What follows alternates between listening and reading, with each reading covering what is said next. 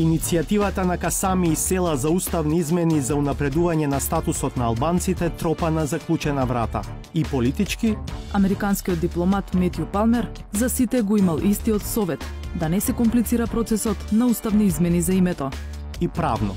Не е допуштено нацрт амандманите да ги надминуваат или да отстапуваат од рамките поставени со конкретните насоки и причини кои се предвидени со предлогот и кои се усвоени со одлуката за пристапување кон измена на уставот. Амнестија за 27 април, предложи ВМРО ДПМНЕ, одби власта. Многу е интересно што во оваа група на кривични дела не се спомнува таксативно, посебно не се набројува и обидот за убиство, кое што се разбира е дело за кое што се обвинуваат лицата кои што го нападнаа Зијадин Села во собранието. Што мислат граѓаните? Дека има амнестијата, не ништо лошо.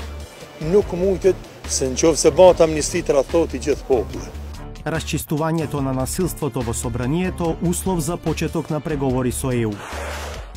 Македонско-бугарската експертска комисија пред тешка задача да ги надмине разликите во учебниците по историја. Бележките на македонската страна не бяха многу. Нашите бяха далеч в пъти повече.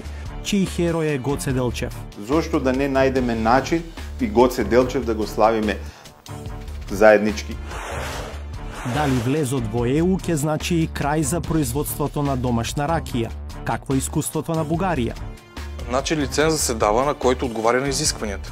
Но тоа што најмногу им загорчи на бугарските граѓани е акцизата за државата.